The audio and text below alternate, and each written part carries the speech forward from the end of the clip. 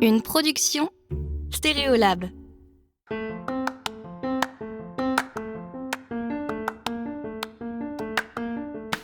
La lutherie a basculé, à mon avis, un peu trop basculé de l'artisanat à l'art.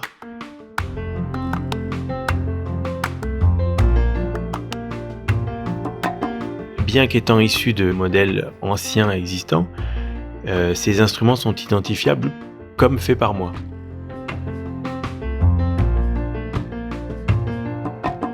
Bonjour et bienvenue dans Travail soigné, le podcast des gens qui aiment leur métier et qui en parlent bien.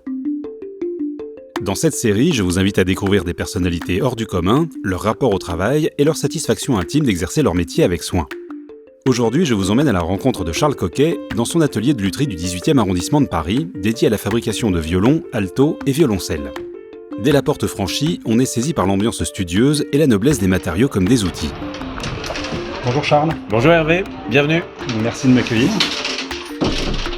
Bien que ce métier inspire naturellement l'admiration et la curiosité, certains aspects en sont méconnus et soulèvent des problématiques très intéressantes. Les canons de l'instrument, comme sa fabrication, n'ont quasiment pas changé depuis près de 5 siècles, et pourtant, si le luthier d'aujourd'hui reproduit le geste, il n'en apporte pas moins sa pierre à l'édifice. C'est en tout cas la philosophie de Charles, qui respecte l'héritage tout en affirmant sa personnalité. Mais commençons par visiter l'atelier.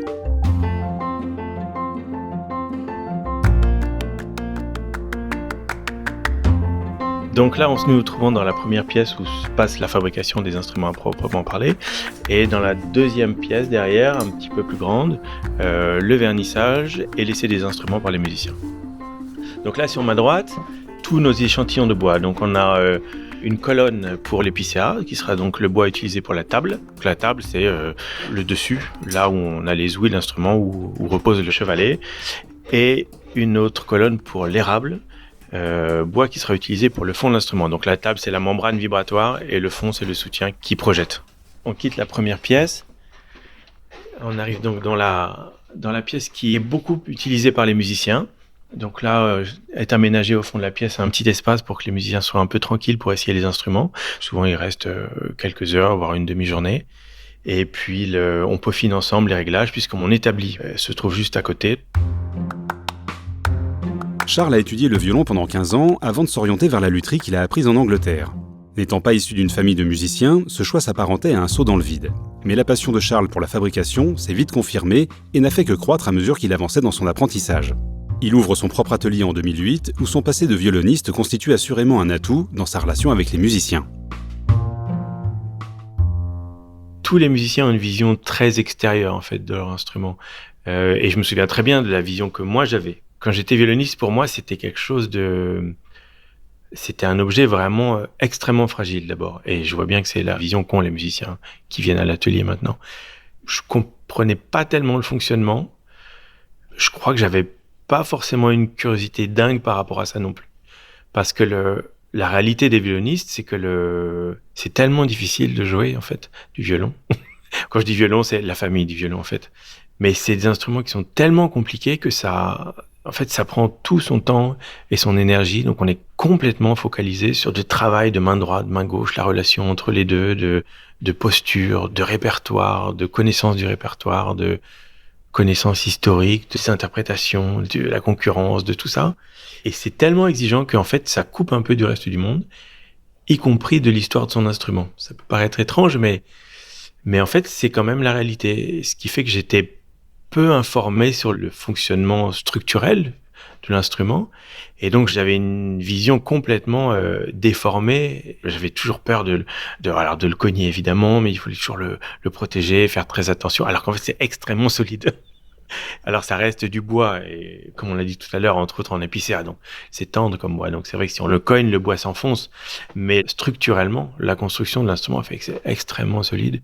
Un violon, ça résiste à une tension de corde qui est autour de 40 kg, sachant qu'il y a 3 mm de bois à cet endroit-là.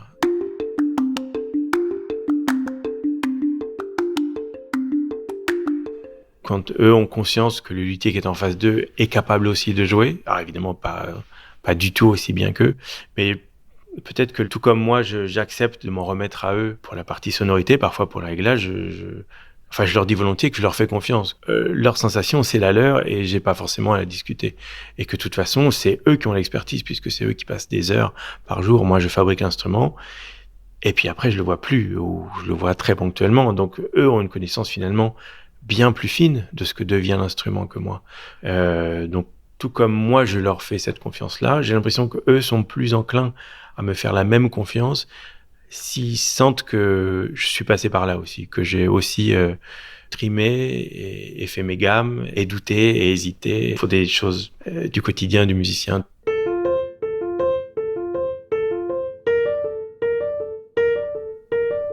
Je peux définir le son que je recherche, qui a été en évolution d'ailleurs. Et quand j'ai commencé à fabriquer des instruments, enfin quand j'ai ouvert mon atelier en tout cas, j'étais très à la recherche de sons très ronds, très chaleureux, très réconfortants, je dirais. Et j'évolue vers quelque chose de beaucoup plus incisif. Entre luthier et entre musicien, on dit plus clair.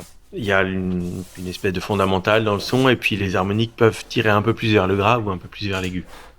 Moi, j'essaye maintenant d'amener quelque chose qui va aller un peu plus vers l'aigu parce que finalement, c'est quand même ça qui permet de porter dans les salles et quand un musicien a besoin de jouer avec un orchestre ou même en musique de chambre avec un piano, il a besoin de ce petit supplément d'harmonique aiguë pour passer, comme on dit.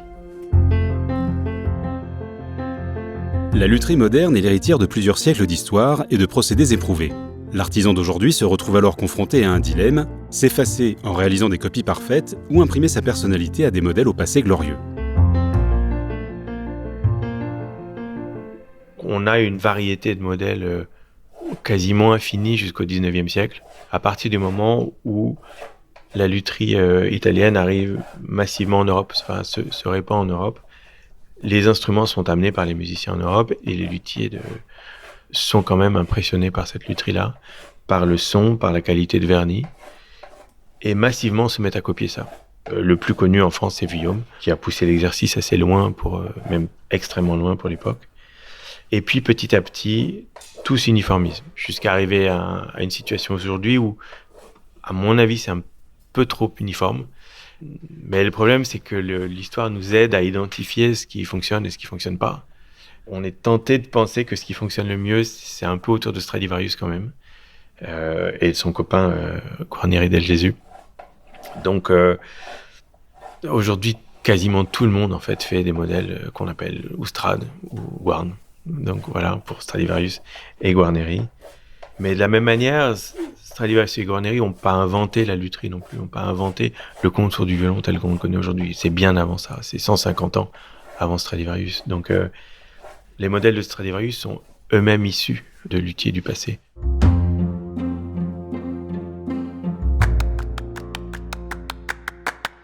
Donc ce qui est étonnant, c'est que chaque modèle est cohérent par rapport à son origine, et malgré tout, bien qu'étant issus de modèles anciens existants, ces instruments sont identifiables comme faits par moi. Alors de toute façon, c'est toujours la même main qui travaille le bois, donc naturellement, il y a une petite appropriation qui se fait, quoi qu'on en dise et quoi qu'on en veuille. Ce que je trouve plutôt souhaitable. J'avoue que moi, je suis justement peu dans un travail de réplique absolue, de facsimilé. Je trouve l'exercice très marrant. C'est une très très bonne façon de se cultiver, d'essayer de pousser justement cet exercice-là de patine le plus loin possible. Mais je suis plutôt dans une logique d'appropriation des modèles. Dans le cas d'une commande, tout commence par le choix d'un modèle qui correspondra au son recherché par le musicien. Vient ensuite le travail du bois, exigeant, patient et minutieux. 2 mois de travail sont nécessaires à la fabrication d'un violon.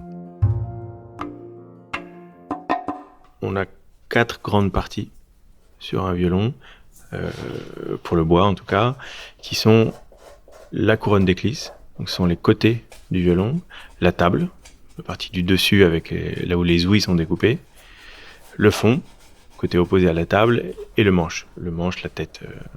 Donc la première étape, c'est construire les éclisses.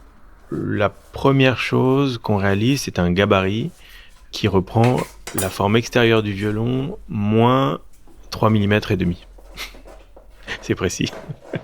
Ça s'explique assez facilement parce qu'on voit là que le fond, par exemple, dépasse un tout petit peu des éclisses. Il dépasse d'environ 2,5. L'éclisse fait 1 mm, donc 2,5, 1 mm, ça fait 3,5. Et ensuite, tout simplement, une fois qu'on a la forme donnée par les éclisses, la planche qui va correspondre au fond, puis celle qui va correspondre à la table, on les met à plat, on pose les éclisses dessus, on dessine, et on a la forme de l'instrument. On a le contour extérieur. Commence ensuite le travail de la voûte. Donc la voûte, c'est cette partie bombée sur la table, sur le dessus, et le fond, le dessous de l'instrument. Pour être un peu synthétique, disons que on établit toutes les différentes courbes de la table et du fond de l'instrument en fonction de la sonorité recherchée. Et une chose importante, c'est que on est tout le temps en train d'arbitrer entre la flexibilité et l'aspect structurel. C'est-à-dire que, évidemment, on a l'idée sonore. Évidemment, il faut réfléchir à la quantité de fragilité qu'il faut amener dans tout ça pour que ça puisse se mettre en vibration, avec la contrainte structurelle que lorsqu'on va poser le chevalet sur le milieu de la table, avec la tension des cordes, l'ensemble doit tenir. Ce qui est quand même une contrainte de taille. Dès que la voûte est finie, on retourne la planche et on creuse l'intérieur. Et là, évidemment, le creusage interne n'est plus qu'une conséquence de ce qu'on a fait à l'extérieur.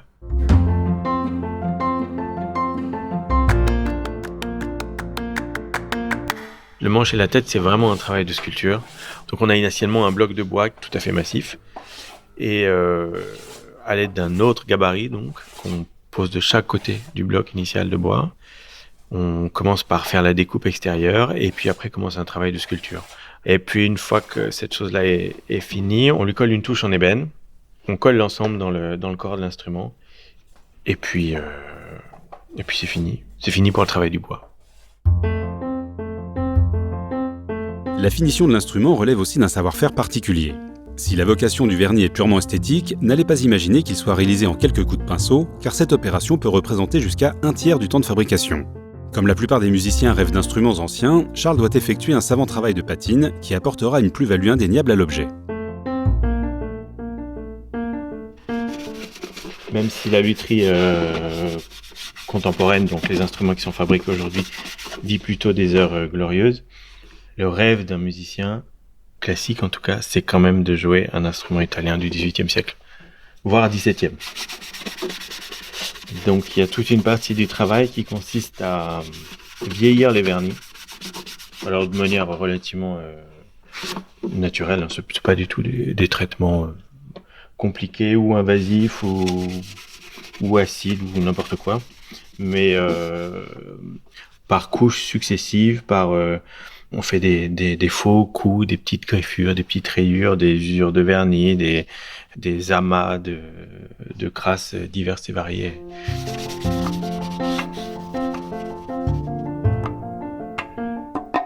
J'essaie de faire quelque chose qui soit historiquement cohérent, c'est-à-dire que tous les instruments anciens étaient initialement vernis intégralement, puisque la raison d'être du vernis, c'est de protéger.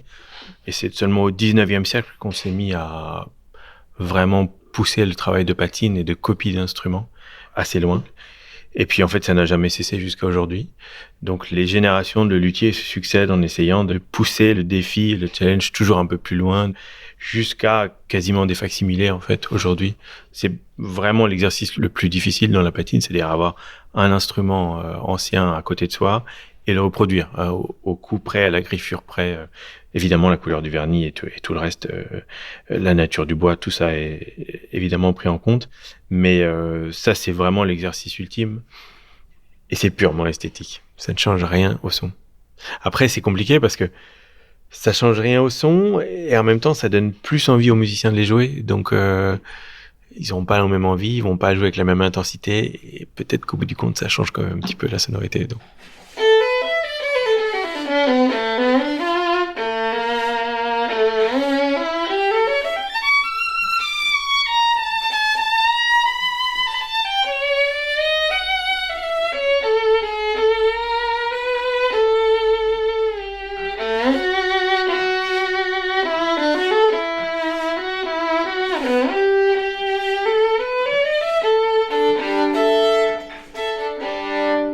Celui-là, ça change pas, il manque de brillance. Un peu, mais c'est quand même très équilibré, j'aime bien.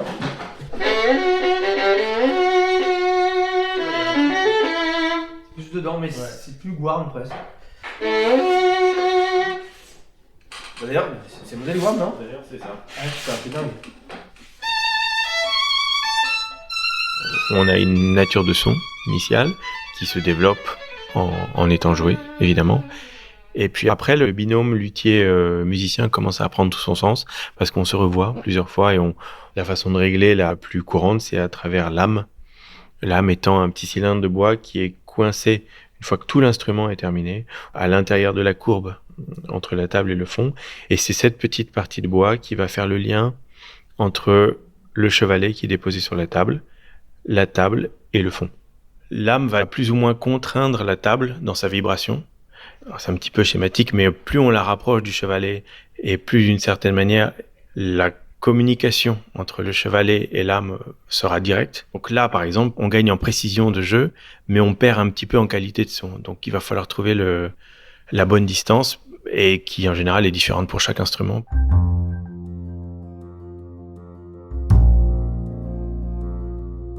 Charles adore son métier et s'y consacre pleinement, ce qui finit par l'interroger sur son identité propre. Comme on se présente souvent par ce qu'on fait, on risque de n'être plus que cela quand on est totalement absorbé par son travail. Qu'est-ce que c'est ma vie, en fait, à part la lutherie? Alors bon, évidemment, il y a des garde-fous qui nous rappellent à l'ordre, parce que il y a la maison, il y a les enfants, il y a la compagne, et ça permet de faire la part des choses aussi, parce que quand on est à fond dans son métier, et puis qu'on finit par avoir un petit peu de reconnaissance, même si le milieu est minuscule, puisque la lutherie, comme la musique classique, c'est évidemment un milieu minuscule. Quand on va à un concert, quand on croise des collègues, on est reconnu pour ce qu'on fait. Et puis quand on rentre à la maison, on est le mari, on est le papa, et puis voilà, et puis c'est bien comme ça permet de se remettre un peu les pieds sur terre. Mais le rapport au métier, c'est étrange parce que la plupart des gens ont des hobbies en fait. Alors moi, j'aime faire des choses à côté aussi, mais souvent je vis ça comme un temps que je peux pas passer avec les instruments. Donc j'essaye de pas être que luthier, je me force. Mais c'est ça, parfois ça pose presque un problème identitaire en fait. À force de se définir en tant que luthier, on finit par n'être plus que luthier. Et puis c'est extrêmement pratique, que j'avoue, hein, socialement, c'est parce que ça fascine tellement tout le monde que la communication avec le reste du monde est extrêmement simple, c'est extrêmement valorisant. Donc on peut arriver à peu près n'importe où, n'importe quel dîner, n'importe quel milieu. Tout le monde est tellement fasciné par cette chose-là que d'emblée, on devient la personne à qui il faut parler. Donc... Mais c'est une espèce de piège aussi, parce que le risque, c'est, entre guillemets, de ne plus se résumer qu'à cette chose-là.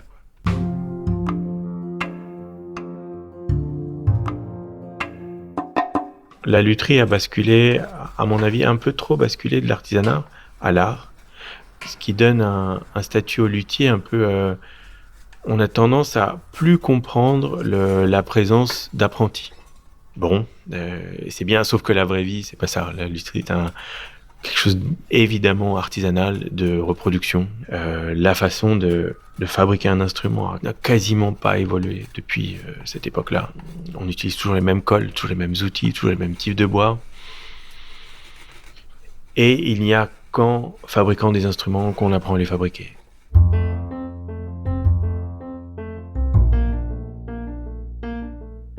Alors la transmission, c'est quelque chose d'assez important pour moi, que j'ai découvert avec le temps. Mais aujourd'hui, j'ai 2 compagnons, 2 salariés, et je me suis aperçu que déléguer toutes ces étapes d'ébauche, de préparation, ça me permet, moi, de me concentrer sur les choses qui sont fondamentales pour l'identité et le son de l'instrument. Les finitions, le vernis. Alors ça, par contre, j'ai pas encore franchi le cap. Le vernis, c'est que moi qui le fais, que ce soit vernis neuf ou vernis patiné. Et la relation avec les musiciens, qui, elle, est vraiment fondamentale. J'adore ces allées et venues et cet exercice de synthétisation entre l'exigence des musiciens, leurs envies, et traduire ça aux salariés qui m'accompagnent, en leur donnant la marche à suivre, les exigences techniques. Et en fait, l'exercice d'avoir à mettre des mots sur ce qu'on doit faire, ça m'aide moi à comprendre ce que je dois faire aussi. Je m'étais pas forcément même posé les bonnes questions sur ce que je faisais, ou pourquoi, ou comment, ou dans quel but. Mais avoir à expliquer tout ça à quelqu'un, ça m'a fait un bien fou en tout cas. Et j'ai énormément progressé grâce aux personnes qui travaillent avec moi. La lutherie moderne avance à contre-courant de l'époque, insensible aux modes et au culte de l'instantanéité. Elle est cependant dynamique et qualitative, mais si le marché se porte bien aujourd'hui, l'avenir demeure malgré tout incertain. Je dirais bien malin, celui qui aujourd'hui peut avoir une vision assez claire de l'évolution du métier. On vit évidemment une époque vraiment, vraiment formidable pour la fabrication des instruments du quatuor en particulier. Historiquement, il y a bien longtemps que la fabrication n'avait pas été aussi dynamique et aussi qualitative, globalement. Après, où ça va aller, je ne sais pas. Je ne sais pas parce qu'à un moment, le besoin des musiciens n'est pas non plus toujours croissant. On n'a pas de plus en plus de musiciens. L'équilibre économique de la musique classique est pas exactement en expansion. Je ne sais pas prédire quel sera l'avenir de tout ça. Je pense qu'il faut surtout se réjouir qu'un atelier comme le mien puisse encore employer des gens et puisse continuer à transmettre ce savoir-là. Se réjouir qu'à une époque comme aujourd'hui où tout est très instantané, où quand on veut quelque chose, on va sur Internet et quasiment le lendemain on a ça parce qu'il y a des gens qui vont travailler toute la nuit, qui vont livrer toute la nuit pour nous apporter ça, ce qui n'a aucun intérêt, à mon avis. Réjouissons-nous qu'aujourd'hui il y a des gens qui sont capables de me passer commande et attendre 2 ans un instrument. C'est quand même totalement délirant, quoi. Aujourd'hui, que des gens acceptent encore ça. C'est totalement hors du temps, totalement exceptionnel. C'est valorisant, ça continue à faire vivre un petit morceau d'artisanat comme ça. Voilà, espérons que ça dure longtemps et puis profitons-en.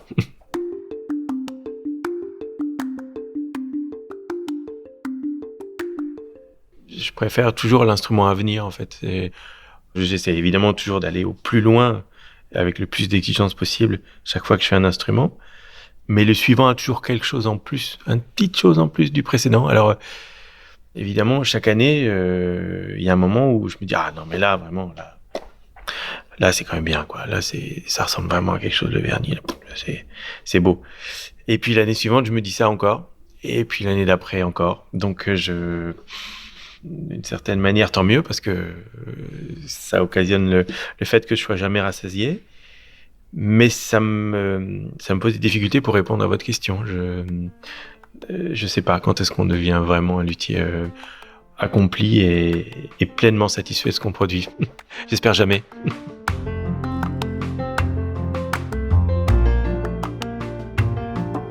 Un grand merci à Charles de m'avoir ouvert les portes de son atelier. Si vous avez aimé cet épisode, montrez-le sur votre plateforme d'écoute préférée. Un abonnement, 5 étoiles et un commentaire, si votre application le permet, sont très importants pour qu'il puisse être découvert par d'autres auditeurs. Et surtout, parlez-en autour de vous. Vous pouvez suivre Travail Soigné via les comptes Stéréolab sur Instagram, Twitter et Facebook et m'envoyer vos suggestions pour de prochains épisodes. Merci pour votre écoute et à très bientôt.